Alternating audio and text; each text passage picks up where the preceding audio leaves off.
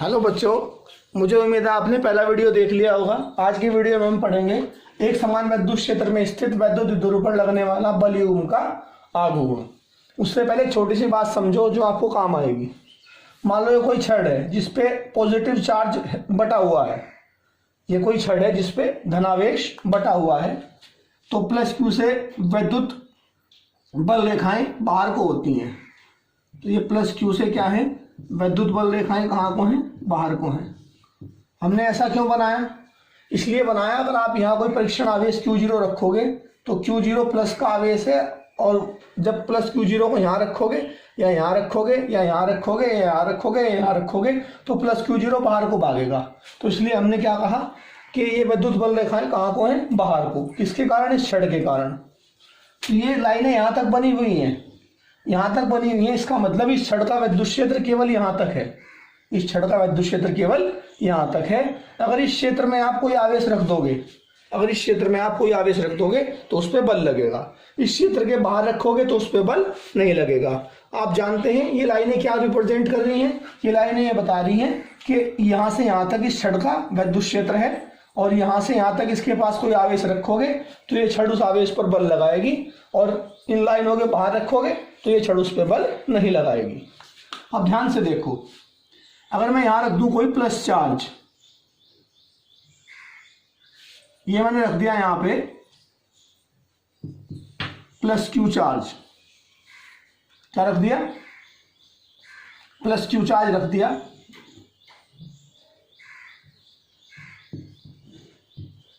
ये plus Q charge है। अब देखो, तो ये भी प्लस और ये भी प्लस, तो सोच के बताओ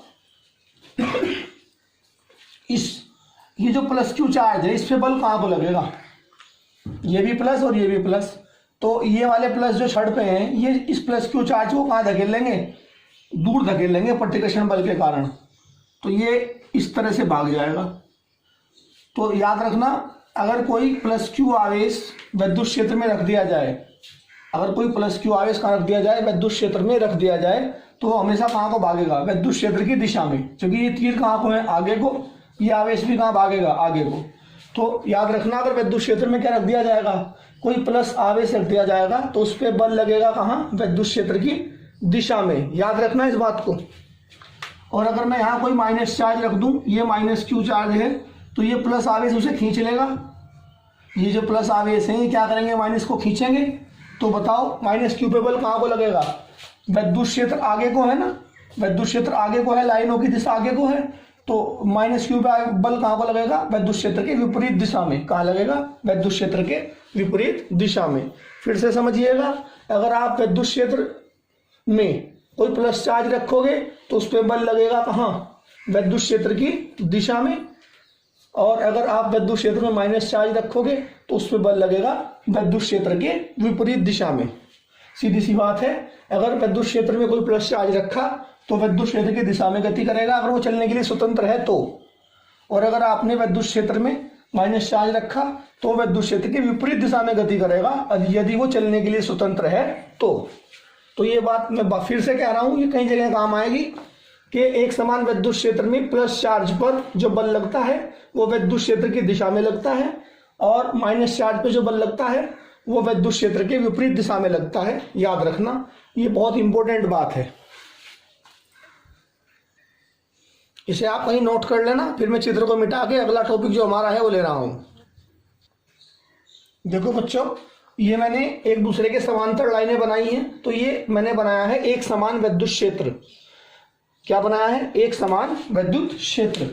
याद रखना, जहां भी लाइनें एक दूसरे के समांतर हों, जहां भी लाइनें क्या हों, एक दूसरे के समांतर हों और सीधी हों, वो लाइनें हमेशा एक समान विद्युत क्षेत्र को प्रदर्शित करती हैं। एक समान विद्युत क्षेत्र का मतलब यहां से लेके ये यहां से, जहां से लाइनें शुरू हुई और जहां खत्म हुई, उस सारे क्षेत्र में विद्युत क्षेत्र क्या है? एक जैसा है, एक समान विद्युत क्षेत्र है ये। ठीक है, तो विद्युत क्षेत्र क्या है? एक समान है, इसीलिए इसे समांतर लाइनों से प्रदर्शित किया गया है। एक समान विद्युत क्षेत्र को हमेशा समांतर लाइनों से ही प्रदर्शित करते हैं। अब हम इसमें क्या रखेंगे? कोई विद्युत ध्रुव रखेंगे थीटा कोण पर। तो इसमें हम रख देंगे विद्युत ध्रुव किस पर? थीटा कोण पर।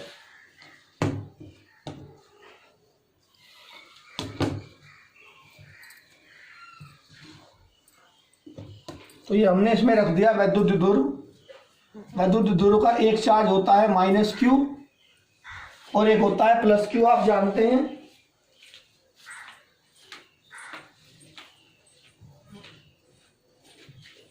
तो ये जो चार्ज है ये माइनस क्यू है और ये वाला जो चार्ज है ये प्लस क्यू है वैद्युत द्विध्रुव का। ठीक है भाई। और वैद्युत द्विध्रुव का जो नाम है, मैं इस चार्ज को इधर लिख देता हूं, ये चार्ज प्लस क्यू है और ये चार्ज हमारा माइनस क्यू है। द्विध्रुव का जो नाम है, द्विध्रुव का नाम है भैया ए बी। आप जानते हैं द्विध्रुव के जो आवेश हैं, एक माइनस क्यू एक प्लस क्यू, इनके बीच की दूरी होती है 2l। कितनी होती है बीच की दूरी? 2l। तो ये दूरी जो है यहां से यहां तक जो द्विध्रुव की है, यानी माइनस क्यू से प्लस क्यू के बीच यहां तक ये दूरी है a, यहां से और यहां तक की दूरी कितनी है? 2l है। द्विध्रुव आघूर्ण जो होता है वो माइनस क्यू से प्लस क्यू की ओर होता है, तो ये वैद्युत द्विध्रुव आघूर्ण P है। क्या है? वैद्युत द्विध्रुव आघूर्ण P है। ठीक है भाई। और वैद्युत द्विध्रुव कितने कोण पे रखा है? थीटा कोण पे रखा है। और ये लाइनें क्या है सारी? ये विद्युत क्षेत्र को रिप्रेजेंट कर रही हैं, यानी विद्युत क्षेत्र को बता रही हैं, एक समान विद्युत क्षेत्र को। अभी मैंने आपको बताया था, याद करिए, कि ये प्लस चार्ज है और ये विद्युत क्षेत्र है। तो प्लस चार्ज पे बल कहाँ लगता है? विद्युत क्षेत्र की दिशा में। तो इस आवेश पे एक बल लगेगा इस तरफ। ठीक है। इस बल ये कितना लगेगा? आप फॉर्मूला जानते हैं, E बराबर F अपॉन Q। परिभाषा है विद्युत क्षेत्र की तीव्रता की। तो यहां से अगर मैं कहूं F बराबर क्या आ जाएगा? F बराबर आ जाएगा Q इंटू E। तो इस वाले आवेश पे कितना बल लगेगा? Q into E। ठीक है। और जो दूसरा चार्ज है, मान लो ये जो बल है ये F1 है, F1 है, वेक्टर क्वांटिटी है इसलिए ऊपर वेक्टर लगाया है। अब देखो ये जो नेगेटिव चार्ज है इस पे बल लगेगा विद्युत क्षेत्र के विपरीत दिशा में। विद्युत क्षेत्र इस तरफ है, इस पे बल लगेगा इस तरफ विपरीत दिशा में। ये वाले मान लो आपका F2 is equal to minus Q into E. Minus ही रिप्रेजेंट कर रहा है कि E इस तरफ है, विद्युत क्षेत्र इस तरफ है और ये जो बल लग रहा है वो इस तरफ है, उल्टा। यानी F2 यानी इस पे जो बल लग रहा है माइनस क्यू चार्ज पे, और जो विद्युत क्षेत्र है वो वे विपरीत दिशा में है, इसलिए नेगेटिव लगाया गया है। फिर से एक समान विद्युत क्षेत्र को लाइनों ने दिखा दिया। ये सब लाइनें क्या हैं? एक समान विद्युत क्षेत्र को दिखा रही हैं। इसमें कोई वैद्युत द्विध्रुव रखा हुआ है AB। ठीक है। AB वैद्युत द्विध्रुव है और वैद्युत द्विध्रुव में दो चार्ज होते हैं, एक माइनस क्यू एक प्लस क्यू। उनके बीच की दूरी कितनी होती है? 2l होती है। 2l मैंने बना दी। और द्विध्रुव आघूर्ण होता है माइनस से प्लस की ओर, तो ये बना दिया मैंने विद्युत द्विध्रुव आघूर्ण P। ये जो विद्युत क्षेत्र ऐसे है E, इसे E को यहाँ की बजाय आप कहीं भी लिख दो, कहीं भी, ये E की डायरेक्शन है, ये सब E की दिशाएं हैं। विद्युत क्षेत्र E की दिशा है, ये ऐसे। तो E विद्युत क्षेत्र है और इसमें थीटा कोण पे विद्युत क्षेत्र की दिशा ऐसे है और इससे थीटा कोण पे यहाँ क्या रखा है? वैद्युत द्विध्रुव रखा हुआ है। अब मैंने आपको अभी पहले बताया था आज के वीडियो के स्टार्टिंग में कि ये प्लस क्यू आवेश है। प्लस क्यू आवेश पे हमेशा बल लगता है विद्युत क्षेत्र की दिशा में। कहाँ लगता है? विद्युत क्षेत्र की दिशा में। तो इस पे एक बल लगेगा ऐसे आगे को विद्युत क्षेत्र की दिशा में, Q इंटू ई। Q इंटू ई कैसे होगा? विद्युत क्षेत्र की तीव्रता का फॉर्मूला होता है F अपॉन Q।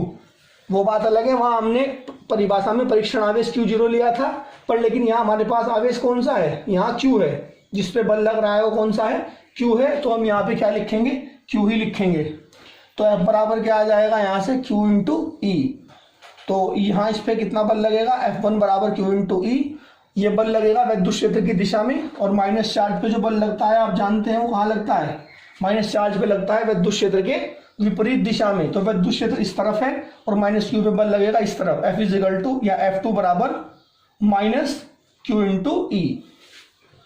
माइनस मैंने इसलिए लगाया कि यहाँ विद्युत क्षेत्र इस तरफ है और जो बल लग रहा है F2 वो इस तरफ है, अर्थात यहाँ माइनस Q पर लगने वाला बल F2 और विद्युत क्षेत्र E इन दोनों की दिशाएं विपरीत हैं। ठीक है भाई, तो ये हमने आपको बता दिया। अब सोचो ये विद्युत दूर है, इस पे एक बल तो लगा आगे को ऐसे और एक लगा ऐसे, तो ये बल क्या करेगा, एक तो इस आगे को, ये वाला बल तो आगे को धक्का मारेगा और ये वाला इधर खींचेगा पीछे को ऐसे ऐसे, एक तो आगे को लग रहा है एक पीछे को, तो ये घूम जाएगा ऐसे, ये ऐसे घूम जाएगा ऐसे, एक बल आगे को और एक पीछे को, तो ये ऐसे घूम जाएगा। ठीक, तो ये जो बल, दो बल लगे, ये दोनों बल क्या करेंगे, इसे घुमाने का प्रयास करेंगे। और जब दो बलों का प्रभाव क्या कर रहा है, इसे द्विध्रुव को घुमाने का प्रयास कर रहा है। क्या कर रहा है, घुमाने का प्रयास। और जो बल किसी भी चीज को घुमाने का प्रयास करे, यानी बलों का वो प्रभाव जो किसी चीज को घुमा दे, बलों का वो प्रभाव जो कि किसी चीज को घुमा दे, उसे कहते हैं आघूर्ण। क्या कहते हैं उसे, आघूर्ण। तो बल युग्म का आघूर्ण का मतलब क्या हुआ, बलों का वो जोड़ा जो क्या करेगा, इसे घुमाने का प्रयास करेगा। चलो अब आगे देखते हैं, इसे यहां मिला दो लाइन को।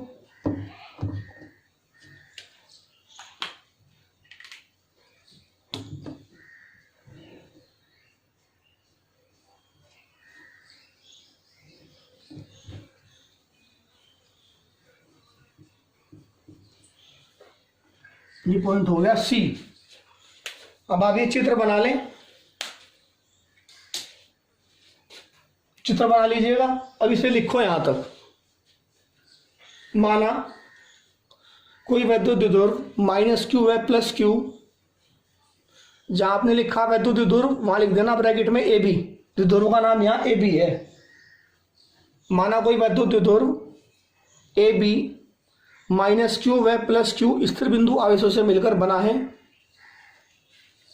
जिनके बीच की दूरी 12 है, जिनके बीच की दूरी 12 है।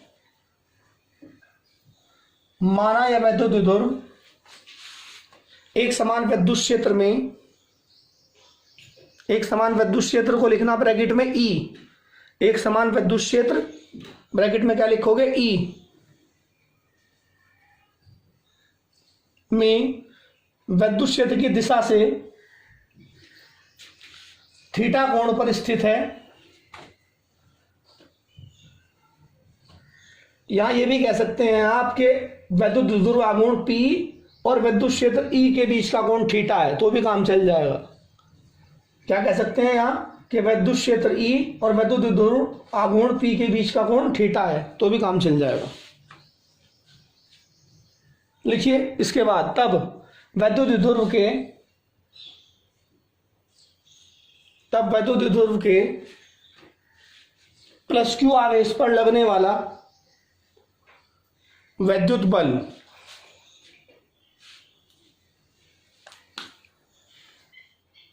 तो देखो बच्चों, मैंने बताया था तब वैद्युत द्विध्रुव के प्लस क्यू आवेश पर लगने वाला विद्युत बल, तब वैद्युत द्विध्रुव के प्लस क्यू आवेश पर लगने वाला विद्युत बल F1 बराबर Q इंटू E। दिशा कहाँ है इस बल की, विद्युत क्षेत्र की दिशा में, तो मैंने ब्रैकेट में लिख दिया विद्युत क्षेत्र की दिशा में लगेगा ये बल। इसके बाद इसी प्रकार वैद्युत द्विध्रुव के माइनस क्यू, ये वाला minus Q charge, minus Q आवेश पर लगने वाला विद्युत बल F2 बराबर minus Q into E. Minus ये रिप्रेजेंट करता है कि जो बल F2 है, जो बल F2 है वो विद्युत क्षेत्र के विपरीत दिशा में है। इस माइनस का मतलब यहां यही है कि जो बल F2 है वो विद्युत क्षेत्र के विपरीत दिशा में है। अब ध्यान से देखो, जितना बल F1 है उतना ही बल F2 है। F1 भी QE है और F2 भी QE है। ठीक है, दोनों बल परिमाण में बराबर है। ठीक है, दोनों बल क्या है, परिमाण में बराबर है। ये बात आपको दिखाई दे रही होगी। और दिशाओं में कैसे हैं, विपरीत हैं। अब यहां तक नोट कर लो, फिर मैं से मिटाऊंगा। यहां तक नोट कर लीजिए।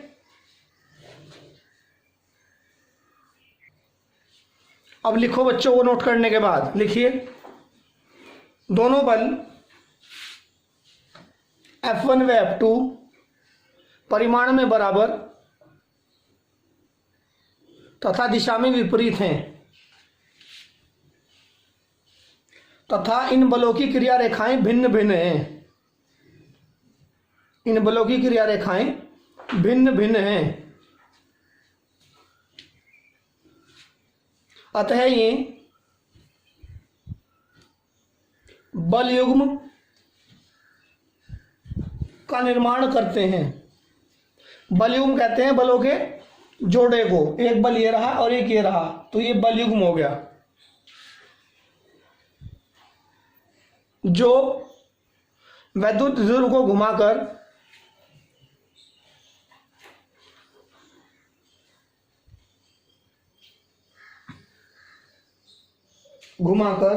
विद्युत क्षेत्र की दिशा में लाने का प्रयास करता है। अब समझो इसे, ये विद्युत ध्रुव पे एक बल लगा आगे को, एक लगा पीछे को, तो ये दोनों बल क्या करेंगे, इसे घुमाएंगे, घुमा के कहाँ लाने का प्रयास करेंगे, विद्युत क्षेत्र की दिशा में। यही मैंने आपको बताया। ये जो बल युग्म है, बलों का जो जोड़ा है, ये क्या करती है, क्या कोशिश करता है, इसे एक बल तो आगे को घुमा लाता है और एक ऐसे, समझ रहे होंगे आप। एक चित्र में दिख रहा है आपको, एक बल यहाँ को और एक यहाँ को, तो ये दोनों बल, ये बलों का जोड़ा क्या करता है, विद्युत ध्रुव को घुमा के कहाँ लाने का प्रयास करता है, विद्युत क्षेत्र की दिशा में। ठीक है। अब इन बलों की क्रिया रेखाएं समझिए। एक बल लग रहा है, ये ऐसे लग रहा, तो बल जहां लग रहा वहीं से लाइन खींच दो। अगर मैं कहूँ कि एक लाइन, ये बल यहाँ लगा ना, तो ये लाइन बनाओ यहाँ dot dot dot dot dot करके, ये होगी इस बल की क्रिया रेखा। दूसरा बल कहाँ लग रहा है, दूसरा बल लग रहा है ये, तो एक लाइन यहाँ से खींच दो ऐसे डॉट डॉट डॉट डॉट करके, ये वाली। तो इस बल की क्रिया रेखा तो हुई यहाँ ऐसे, ये होती है बल की क्रिया रेखा। इस बल की क्रिया रेखा हुई यहाँ, तो दोनों की क्रिया रेखा क्या हुई, अलग अलग हुई। ठीक है भाई, कि क्या हुई, अलग अलग। वही मैंने आपको लिखवाया। तो ये जो दोनों बल हैं, ये मिलके क्या बनाएंगे, बलाघूर्ण बनाएंगे, अर्थात घुमाने वाले बल का प्रभाव बनाएंगे। जो बल युग्म का आघूर्ण का मतलब वो बल जो किसी पिंड को घुमा दे। लिखिए, अतः विद्युत ध्रुव पर लगने वाले बल युग्म का आघूर्ण, बल युग्म का आघूर्ण का मतलब जो बलों का जो जोड़ा है उसका घुमाने वाला प्रभाव। फिर से, बल युग्म के आघूर्ण का क्या मतलब हुआ, बलों का जो जोड़ा है, दो बल है ना, एक घेरा एक घेरा, इस बलों के जोड़े का घुमाने वाला प्रभाव, इसे क्या कहेंगे, बल युग्म का आघूर्ण। तो क्या लिखा आपने, अतः विद्युत ध्रुव पर लगने वाले बल युग्म का आघूर्ण। आघूर्ण होता है बलाघूर्ण टॉ। वो होता है कोई सा एक बल F1, मैं लिख देता हूं,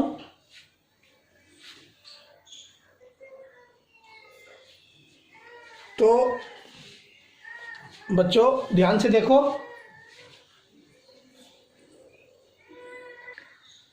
तो बच्चों मैंने बताया आपको बल युग्म का आघूर्ण टॉ बराबर होता है F1 या F2 का परिमाण, किसी एक बल का परिमाण गुणा दोनों बलों के बीच की लंबवत दूरी। देखो एक बल तो ये रहा F1, मैं यहां बना के दिखा रहा, एक बल तो ये रहा F1 और दूसरा बल ये रहा, यहां देखो F2, ये रहा F2। थोड़ा सा जैसे चित्र में वैसे बना के दिखाऊंगा। तो इनके बीच की लंबवत दूरी भाई ये बनेगी, देखो ऐसे A और C, ये बनेगी इनके बीच की लंबवत दूरी। ये तो मैंने F1 बना दिया और ये मैंने क्या बना दिया, F2 बना दिया। तो बल आघूर्ण का फॉर्मूला, F1 या F2 का परिमाण, कोई सा एक बल ले लो और दोनों बलों के बीच की लंबवत दूरी। तो दोनों बलों के बीच की तिरछी दूरी नहीं लेनी आपको, ए भी नहीं लेना, AC लेना। तो देखो यहाँ मैंने साइड से बना के दिखाया आपको, AC क्या है, दोनों बलों के बीच की लंबवत दूरी है। ठीक है, ये आपको क्लियर हो गया होगा कि हमने दूरी कौन सी लेनी, दोनों बलों के बीच की लंबवत दूरी। लंबवत दूरी यहाँ कौन सी है, AC है। तो मैंने लिख दिया F1 या F2 का परिमाण वो QE था और दोनों बलों के बीच की लंबवत दूरी कितनी है, AC है। अब यहाँ से लगाओ फॉर्मूला, त्रिभुज ABC में साइन थीटा बराबर होता है लंब बटे कर्ण। थीटा के सामने का लंब हो गया AC, कर्ण हो गया 12, तो AC का मान क्या आ गया, 12 साइन थीटा। अब समीकरण 1 में AC का मान भरेंगे। समीकरण 1 में AC का मान रखने पर, रखो भाई, तो बराबर क्या आ जाएगा, क्यू ई और ए सी का मान हो गया 2l साइन थीटा। तो टॉ बराबर क्या बना, इसे थोड़ा सिस्टमेटिक लिख लो, q इंटू 2l और ये e और ये साइन थीटा। आप जानते हैं p बराबर होता है q इंटू 2l, तो टॉ बराबर ये हो जाएगा p, ये क्या बन जाएगा पी ई साइन थीटा। तो ये बना एक समान विद्युत क्षेत्र में स्थित वैद्युत ध्रुव पर लगने वाले बल युग्म के आघूर्ण का फॉर्मूला।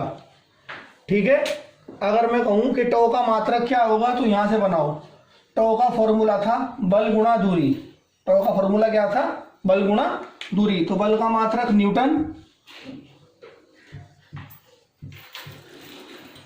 और दूरी का मात्रक मीटर।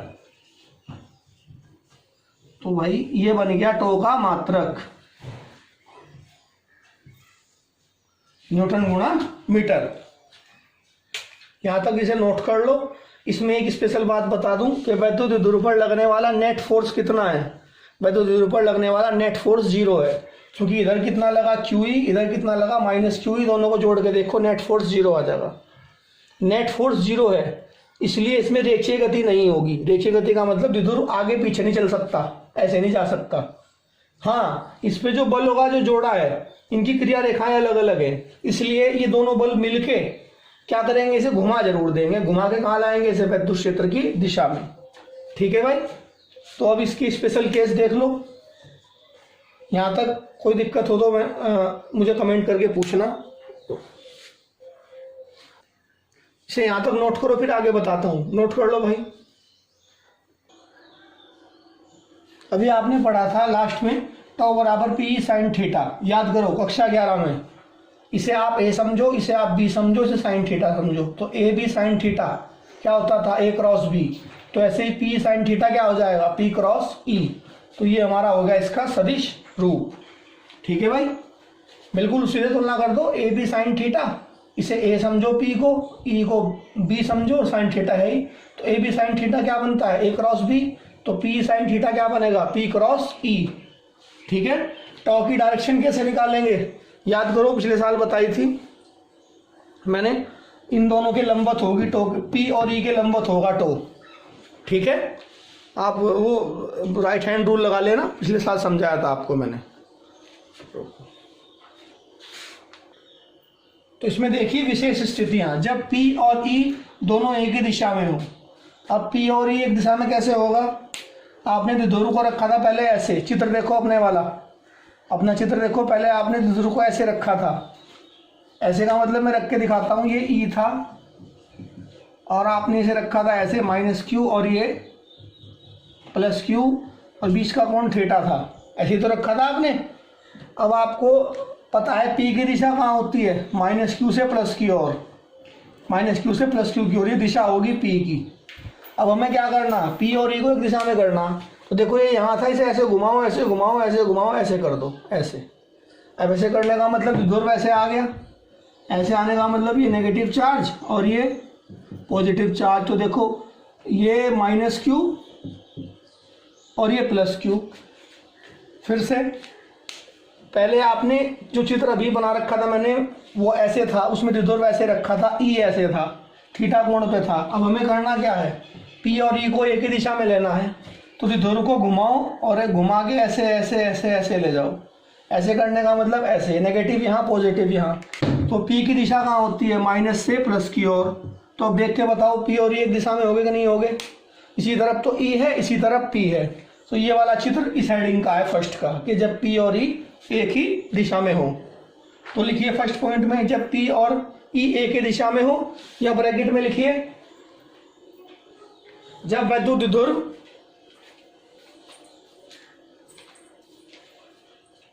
विद्युत क्षेत्र के समांतर विद्युत क्षेत्र की दिशा में हो।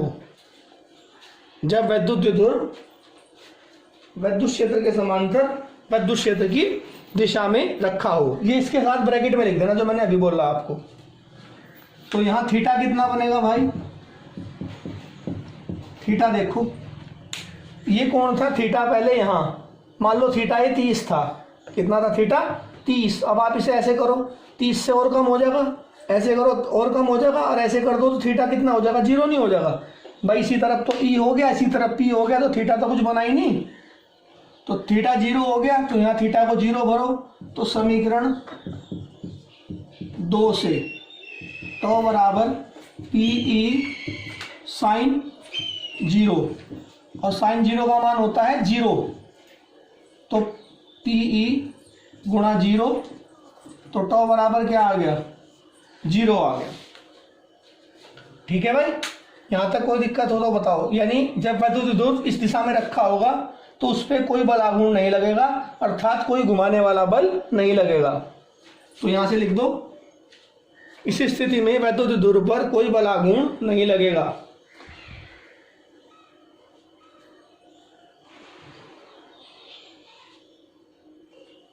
ठीक है भाई।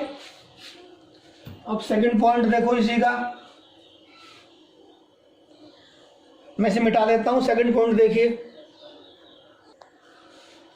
अब सेकंड पॉइंट देखिए बच्चों, जब P और E दोनों विपरीत दिशा में हो, जब P व V सॉरी V नहीं E, जब P व E दोनों विपरीत दिशा में हो, जब P व E दोनों विपरीत दिशा में हो, ब्रैकेट में लिखो, जब वैद्युत ध्रुव विद्युत क्षेत्र के समांतर तथा विद्युत क्षेत्र के विपरीत दिशा में हो। देखो कैसे, ये चित्र हमारा पहले वाला जो हमने मेन चित्र बनाया था डेरिवेशन में, ध्रुव ऐसे रखा था। अब आपको देखो इसे कैसे करना, आपको इसे ऐसे लाना है, ऐसे देखना प्लस कहाँ जाएगा माइनस कहाँ जाएगा, ऐसे ऐसे ऐसे लाके ऐसे लाके ऐसे ऐसे ऐसे ले आना है ऐसे। तो अब ये ऐसे आ जाएगा ध्रुव, तो प्लस चार्ज तो इसका यहाँ आ जाएगा और माइनस चार्ज इसका यहाँ आ जाएगा। ध्रुव आघूर्ण कहाँ होता है, माइनस से प्लस की ओर, ये हो जाएगा P।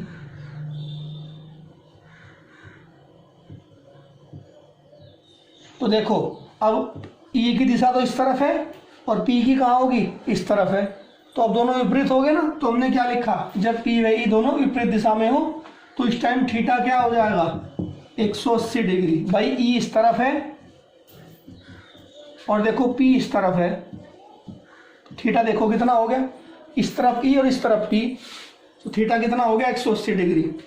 तब कितना बल आघूर्ण लगेगा ध्रुव पे, समीकरण 2 से टॉ बराबर P E sine 180 degree, sine 180 का मान होता है 0, तो 0 गुणा पी क्या आ जाएगा, 0 आ जाएगा। तो अगर वैद्युत ध्रुव कहाँ रखा हो, वैद्युत क्षेत्र के विपरीत दिशा में हो, इससे पहले केस में वैद्युत ध्रुव कहाँ था, वैद्युत क्षेत्र के दिशा में था, तो भी उस पर कोई बल आघूर्ण नहीं लगेगा, अर्थात उस पर कोई भी घुमाने वाला बल नहीं लगेगा।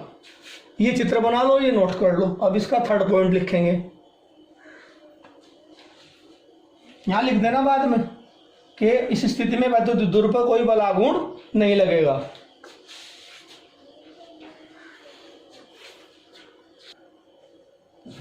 तो बच्चों अब हम थर्ड केस पढ़ने जा रहे हैं। जब वैद्युत ध्रुव विद्युत क्षेत्र के लंबवत हो, तो आप ब्रैकेट में लिखेंगे, यहाँ पहले तो लिखोगे जब P व E परस्पर लंबवत हो, ब्रैकेट में लिखेंगे कि जब वैद्युत ध्रुव विद्युत क्षेत्र के लंबवत स्थित हो। लंबवत कैसे, कि ध्रुव ऐसे था, देखो ध्यान से, ऐसे, इसे ये कोण मान लो यहाँ थीटा 30 था, अब इसे घुमाओ घुमाओ, ऐसे घुमा के 90 डिग्री कर दो ये, तो जब ध्रुव ऐसे रखा जाएगा, ऐसे का मतलब ये माइनस चार्ज और ये प्लस चार्ज, और ये थीटा कितना है देखो, अब 90 डिग्री हो गया, और P की डायरेक्शन कहाँ होती है, माइनस से प्लस की ओर, ये हो गया हमारा P वैद्युत ध्रुव आघूर्ण। तो देखो P और E में कितना कोण बन गया, 90 डिग्री, तो ये क्या हो गए, लंबवत हो गए। तो थीटा बराबर क्या लिखेंगे, 90 डिग्री, समीकरण 2 से टॉ बराबर क्या आ जाएगा, PE साइन 90, तो साइन 90 का मान होगा 1, तो टॉ बराबर क्या आएगा, टॉ बराबर आएगा P गुणा E। तो अगर आपसे कोई पूछे कि वैद्युत ध्रुव पर सबसे ज्यादा बल आघूर्ण कब लगेगा, तो आपका उत्तर होगा जब वो विद्युत क्षेत्र के लंबवत हो या जब P व E के बीच का कोण 90 डिग्री हो। फिर से यदि आपसे कोई पूछे कि विद्युत ध्रुव पर अधिकतम घुमाने वाला बल अर्थात अधिकतम बल आघूर्ण कब लगेगा, तो आपको उत्तर देना है जब विद्युत दूर कहाँ रखा है, विद्युत क्षेत्र के लंबवत रखा है। तो आप यहाँ लिखें, मैं बोल रहा हूँ लिखो, यहाँ तक नोट करने के बाद लिखो, इस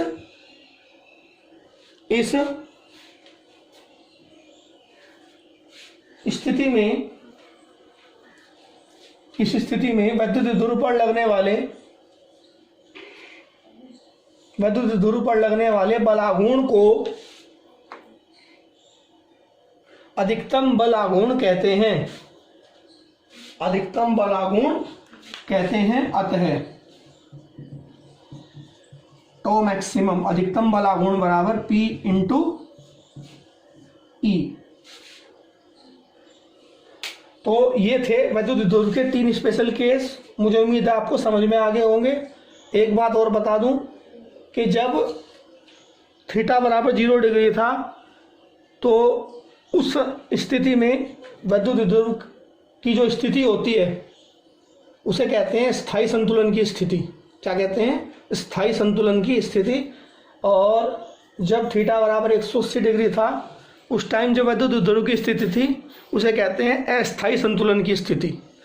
स्थायी और अस्थायी संतुलन क्या होते हैं इसके बारे में बाद में चर्चा करेंगे, वरना वीडियो बड़ा हो जाएगा। आज के वीडियो में इतना ही। धन्यवाद।